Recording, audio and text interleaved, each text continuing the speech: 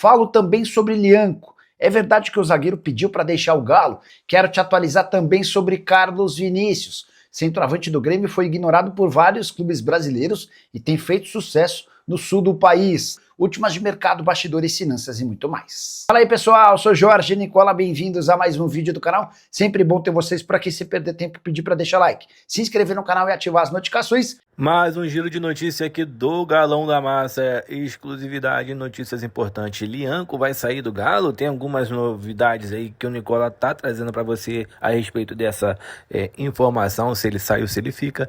E detalhe, cara, muita notícia importante aí, crédito total ao Nicola e também a Rádio Itatiaia. Você vai acompanhar todas as informações neste vídeo. Já peço humildemente para que você chegue deixando um like e se inscreva no canal ativando o sino das notificações, combinado? Quer comprar algum produto do Galo, alguma camisa, algum boné, alguma bola, alguma coisa, ou qualquer outra coisa que não seja do Galo? Pode ser um presente para alguém, pode ser um produto para dentro da sua casa, um celular novo, um smartphone, um computador, um carro, o que você desejar. Clica no nosso link que está na descrição.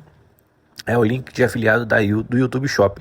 E nele você tem, e o YouTube Shop tem parceria com o Magazine Luiza, com a Netshoes, com o Mercado Livre e com a Shopee. O que você comprar lá dentro, clicando através do nosso link, você vai dar comissão aqui para o nosso canal e isso é muito importante para o crescimento. E se você quiser dar-nos a preferência, dê essa moral para a gente aí, a gente fica muito agradecido porque você faz parte da nossa família. Agora vamos parar de enrolação e vamos seguir aí com o giro de notícia. Quero falar agora sobre Lianco. O que há de verdade na especulação de que o zagueiro pediu para sair do Atlético Mineiro depois de uma série de protestos de torcedores. Confusão começa no último sábado, quando em meio à disputa de pênaltis entre Atlético Mineiro e Lanús, um torcedor do Atlético revoltado começa a xingar os jogadores.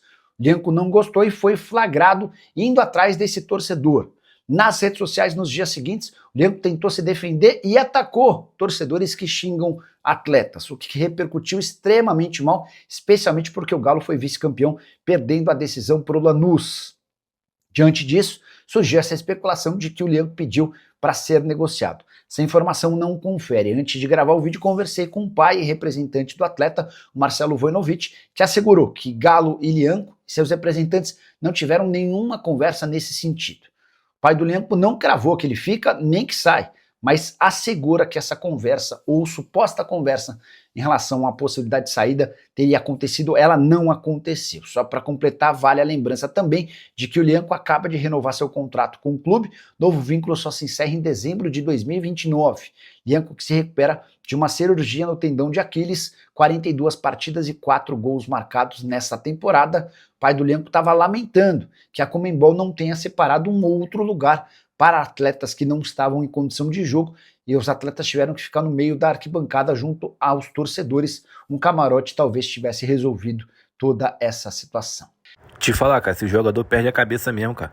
Perde a linha. Eles têm que respeitar o torcedor, rapaz. Tem essa não. Tem que respeitar o torcedor. Deixa no comentário abaixo aí sua satisfação e sua insatisfação com o Lianco. De 1 a 10 aí, quanto que você tá satisfeito com o desempenho do atleta, tá bom? E aí, tu quer ele pra 2026?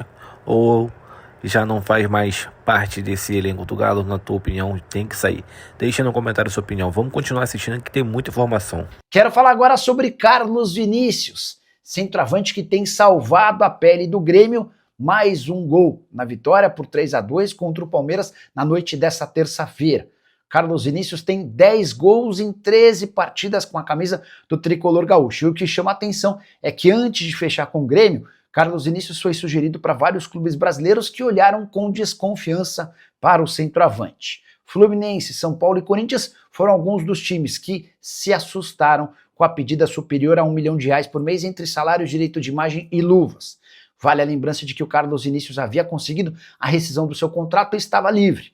Não haveria custo com aquisição de direitos econômicos. O pessoal do Fluminense chegou a dizer que o Everaldo é mais jogador do que o Carlos Vinícius. Aí vem a comparação importante. O Everaldo não marca gols há 23 jogos, desde o dia 2 de agosto.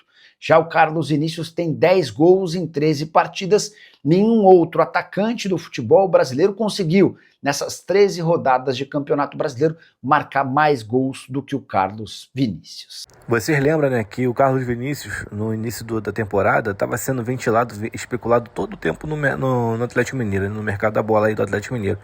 Não conseguimos contratar, não contratamos ele. Agora ele tá lá no Grêmio e tá voando. Rapaziada, eu falei muito nos vídeos anteriores, lá no início do ano, falando que era uma boa pro Galo, cara. Era uma boa pro Galo. O Galo tinha que... Um monte de gente falando que era pereba, que era bagre, que não deu certo em lugar nenhum. O cara chegou em 10 jogos, em 13 jogos, o cara tem 10 gols. O cara tirou praticamente o Grêmio da zona de rebaixamento. Seria uma baita de uma contratação agora aqui no Galo, cara. Ia cair como uma luva. Mas enfim, a vida que segue, não foi a nossa... Não fomos tão assim ativos para tentar trazer esse atleta quando tivemos a oportunidade. Achamos que não seria ok. Enfim, infelizmente perdemos um bom jogador. E agora em 2026, é fazer aquela reformulação básica, né, para a gente poder iniciar o ano aí com o pé direito. E agora, o vídeo não terminou não, peço você encarecidamente para que fique nesse vídeo aqui, que tem muita notícia agora falando a respeito, o tema agora, a pauta, se fala sobre o jogo de ontem, né, de Flamengo e Atlético Mineiro. O Atlético Mineiro deu muito mole. Edu Panes aí tá trazendo ótimas análises aí do jogo de ontem, né, e sobre o momento do Atlético Mineiro. Vamos acompanhar aí, tá? É muita informação legal. Em alguns pontos da entrevista coletiva, alguns questionamentos ao Sampaoli, entre eles, Edu e Marques, sobre Scarpa. Chamou a atenção de vocês também o Scarpa não participar do jogo de hoje, ou a explicação do Sampaoli de que foi a característica do jogo? E ele falou mais, ele respondeu de que o jogo de hoje e os jogos recentes não tem a ver com plano pro Scarpa pensando na sequência. Atendeu a vocês essa justificativa? Vocês concordam? Qual a opinião de vocês, amigos? Não, o de hoje sim. O de hoje eu concordo com ele. Não era um jogo pro Atlético defender mais, força física, explosão para contra-ataque, para tentar contra-atacar, o que não aconteceu também. Nos outros jogos não. Nos outros jogos eu discordo. Acho que o Sampaoli foi muito mal em Assunção. Demorou muito para mexer, acho que teve muito receio, estava inseguro para mexer, talvez com medo de desorganizar o sistema defensivo e tomar um gol e perder o título. Mas hoje não, cara. Hoje, durante a transmissão, nem falando depois do jogo, durante a transmissão a gente falava. O Atlético precisava de renovação física dentro do campo. É ruim, se olhar pro banco, você tem Caio Paulista, você tem Biel, enfim. Aí o adversário põe o Arrascaeta, põe o Jorginho, já tinha em campo Samuel Lino, Luiz Araújo, mas a comparação com o Flamengo não vem ao caso, né? É porque o Atlético tem um elenco muito limitado, cara, muito limitado. E isso é uma causa do ano medíocre que o Atlético faz. Além de ter um elenco limitado, perdeu jogadores importantes durante a temporada, perdeu o Alexandre durante um período, não conta com o Lianco, com o Coelho, não conta com o Júnior Santos, ainda que esse aí tenha acrescentado muito pouco enquanto estava bem fisicamente, mas é que o Sampaoli recuperou tanta gente, né, que poderia ter recuperado o Júnior Santos também. Mas para hoje, especificamente, principalmente o segundo tempo, em que o Atlético foi perdendo fôlego, até estava morto fisicamente, jogou uma prorrogação de 120 minutos, enquanto teve perna no primeiro tempo, se defendeu como podia, muito mal na bola aérea, muito mal mesmo. Mas quando tinha a bola, incomodava o Flamengo. Não à toa, chegou lá, fez um gol e saiu na frente. Mas no segundo tempo perdeu força física, inclusive, para contra-atacar. E continuou sofrendo muito com a bola aérea. Acho que o Sampaoli pensou nas alterações para deixar o time mais forte fisicamente e para tentar encaixar um contra-ataque, com explosão física, com jogadores fortes para marcar e para contra-atacar. Acho que defensivamente surtiu efeito. O Flamengo só criou com chuveirinho na área do Atlético no segundo tempo, muita bola aérea. E não acho que estava errado, porque o Atlético sofreu demais com essa bola aérea e fez o gol com o Bruno Henrique num desses cruzamentos na área do Galo. Mas o Galo não conseguiu contra-atacar. Até tentou, conseguiu ali chegar próximo à área, mas finalizar mesmo, não conseguiu. Acho que hoje o jogo do segundo tempo se desenhou um jogo muito mais físico do que técnico. E aí o Scarpa ia pegar uma bola para descolar um lançamento. Para quem? Não tinha, né? A turma estava pregada, o Atlético estava acuado, estava preso no seu campo diante de um adversário muito superior. Hoje, eu concordo. Talvez não fosse um jogo pro Scarpa. Nos jogos anteriores, eu discordo. Teve muito jogo que era para ele, inclusive o de Assunção, para ele entrar mais cedo e não entrou. Marques, como é que você encarou essa justificativa, a estratégia também do Sampaoli pro jogo de hoje? O Scarpa não jogou nem um minutinho nessa partida. Bom, Cirilo, a minha forma de enxergar futebol, né? Eu sou de uma época onde o bom jogador, o cara diferente, ele tem que estar no campo, entendeu? Eu reputo o Scarpa como um dos caras diferentes desse elenco do Atlético, entendeu? Na parte técnica, na parte tática também, né? Ele sabe cumprir função quando coloca ele do lado, ele vem pro meio também. Ele tem a invertida de bola que hoje ninguém no Atlético faz quando a gente pede a inversão rápida no Dudu para ele pegar 1 contra 1. Então, na minha opinião, o Scarpa, ele é titular desta equipe, né? E aí hoje contra um adversário, o Flamengo. O Flamengo, você olha o banco do Flamengo, né? E a grande realidade é que o banco do Flamengo ganhou o jogo hoje, né? Quando entra Bruno Henrique pra bola aérea, né? Ele é muito forte neste fundamento, né? Entra o Plata pra mexer um pouco mais o ataque, né? Ele com a bola no pé, ele consegue criar situações diferentes dos atletas que estavam dentro do campo, né? Aquele cruzamento bem marcado no Bruno Henrique em cima do segundo pau atleticano, né? Que foi uma bola muito explorada hoje e o Atlético sofreu muito, principalmente no primeiro tempo. Se ajustou melhor no segundo, se ajustou. A gente tá até acabando de ver o gol agora aqui novamente, né? Pela telinha. E o Flamengo explorou muito bem essas questões dentro da partida. e empatou o jogo no final, né? No apagar das luzes, né? Há aquele sentimento, naquele momento, de que, poxa, dava para ter ganho da melhor equipe do campeonato, né? Levou um pontinho para casa, não deixou comemorar na sua casa, mas dava para ter ganho e segurando o resultado até o final. Uma pena, mas o time mostrou dignidade, né? E jogou de uma forma corajosa, né? Contra a melhor equipe da competição. Acho que esse final do comentário do Marcos, ele meio que é a tônica da temporada do Atlético, né? Ele é quase que um resumo da temporada do Atlético. Frustrante, decepcionante, poderia, quase, sabe? A temporada do Atlético foi essa. É uma temporada medíocre, e o medíocre muita gente acha como péssimo, mas o medíocre é médio, né? O Atlético, ele faz uma Sul-Americana, que eu falei que a final não foi vexame, tem um monte de gente brava comigo, mas eu acho que a campanha do Atlético na Sul-Americana foi muito mais vexatória do que a final. Você ser segundo num grupo como o do Atlético, pra mim é um vexame. Você ter que jogar uma repescagem de Sul-Americana, pra mim é um vexame. Você não ganhar do Bucaramanga aqui em Belo Horizonte e ter que classificar nos pênaltis, pra mim é um vexame. Você ir ao Chile jogar contra o Iquique, fazer 2-0 e permitir a virada, pra mim é um vexame. Você ter muita dificuldade no Campeonato Brasileiro pelo segundo ano seguido, brigar praticamente o campeonato todo pra escapar de zona do rebaixamento, pra mim é um vexame. Acho que isso tudo, cara, tem que servir de lição. Mas é que o ano passado aconteceu algo parecido também. Eu acho que o ano passado foi muito melhor do que esse ano, muito melhor. O Atlético teve uma campanha acima de 66% de aproveitamento na Libertadores, foi o segundo geral na fase de grupos, foi a final, fez um jogo épico contra o River Plate aqui, um grande jogo contra o Fluminense aqui. O Atlético ano passado teve vários bons jogos, foi finalista. A final foi uma decepção, apesar de ter perdido para um time muito melhor, mas jogou o jogo inteiro com um a mais, mas enfim, isso é outra história. Perdeu a Copa do Brasil na final para um time muito melhor, fez um Campeonato Brasileiro muito ruim, mas não aprendeu com isso para essa temporada. E o que o torcedor fica muito chateado é que o 2025 do Atlético foi pior do que o de 24, né? A chateação do torcedor é que o ano seguinte foi pior. E a preocupação do torcedor é que o próximo ano seja pior do que esse. Porque o Atlético possivelmente não vai jogar a Libertadores. E o fato do Atlético não jogar a Libertadores não pode impedir ou fazer com que o Atlético não faça um investimento suficiente para voltar à Libertadores. Se o Atlético não for para a Libertadores pelo brasileiro, e a chance de não ir é muito grande, que a diretoria do Atlético entenda que precisa fazer um investimento mais alto, precisa trabalhar melhor na janela, precisa montar um time mais competitivo, rejuvenescer esse elenco para voltar à Libertadores. Porque se o fato de não ir à Libertadores esse ano for um peso para que não haja um investimento suficiente, corre o risco de o Atlético não voltar de novo ano que vem para a Libertadores. E isso é muito frustrante para o torcedor. Ficar 3 anos seguidos, aí sim é um vexame. 2 anos seguidos e vendo o Mirassol jogar uma fase de grupos, é um vexame, é frustrante, é muito ruim para a torcida. E por isso, a cobrança. Então que o ano de 2025, ele seja um ano de lições, novamente, que a diretoria aprenda novamente com essas lições, com tudo que aconteceu de ruim.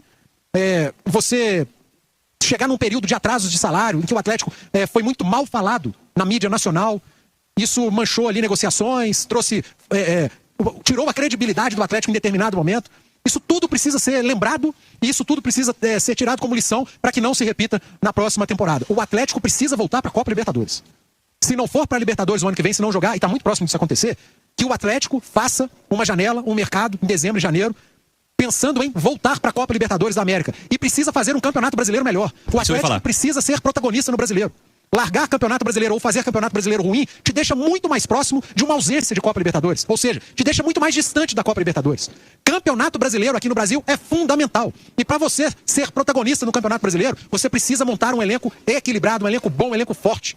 O Atlético pense nisso. Jogando ou não a Libertadores do ano que vem, está perto de não jogar. A chance de não jogar ela é muito maior, a tendência é que não jogue. Monte um elenco em 2026 para ser protagonista no Campeonato Brasileiro. Porque se você for protagonista no Campeonato Brasileiro, você vai ter um ano de jogos bons, de vitórias, de presença da torcida no estádio e de vaga na Libertadores garantida para outra temporada. O Galo precisa estar na Libertadores. Não pode emendar mais um ano fora da Libertadores. E para isso, precisa de investimento, precisa montar um elenco equilibrado e muito mais forte do que esse que a gente viu esse ano. Eu não sei nem se é investir mais, acho que é trabalhar melhor, né? Investir melhor, né? Porque o Mirassol investiu bem pouco, né? Esse ano investiu. Sim, gastou dinheiro. Investiu mal. Precisa gastar bem, cara. Esse ano gastou muito dinheiro, assim, mas gastou mal, né? Então, assim, o Mirassol gastou bem menos, né? E o Mirassol faz um brasileirão. Impressionante, né? Eu até citei o Mirassol, mas não dá para colocar o Mirassol como exemplo, porque ele só jogou, entre aspas, o brasileiro. Atleticano nenhum quer jogar só o brasileiro.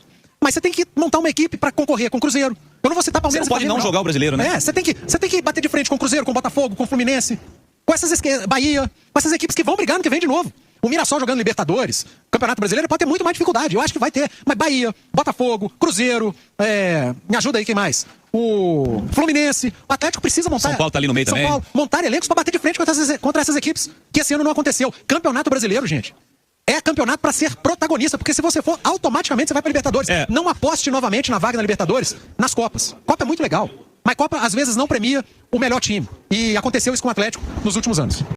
Minha família, então foi essas aí as informações atualizadas aí para você não acompanhando tudo aí do maior clube brasileiro, Atlético Mineiro. Então, se você gostou, deixe o like, se inscreva no canal, ativando também o sino das notificações. Lembrar vocês aí também que temos aí o YouTube Shopping, tá? Novidade aí no YouTube, que você pode comprar produtos das lojas Shopee, Mercado Livre, Netshoes e Magazine Luiza através do link de afiliado aí que fica disponível na descrição, e também fica disponível aí durante o vídeo, né? É só você dar um clique na tela do vídeo aí que vai aparecer uma bolsinha que é tipo um cardzinho. Tu clica ali, tu já é direcionado para alguma das plataformas que está ali no link, tá bom? E lá você comprando o que você quiser, independente se é camisa, se é alguma coisa do Atlético Mineiro, tudo que você comprar lá vai gerar alguma comissão aqui pro canal. Isso já vai ajudar demais, combinado? Então, se você puder dar esse apoio pra gente aí, a gente fica muito agradecido. E a gente vai seguindo por aqui. Até o próximo vídeo. Fui!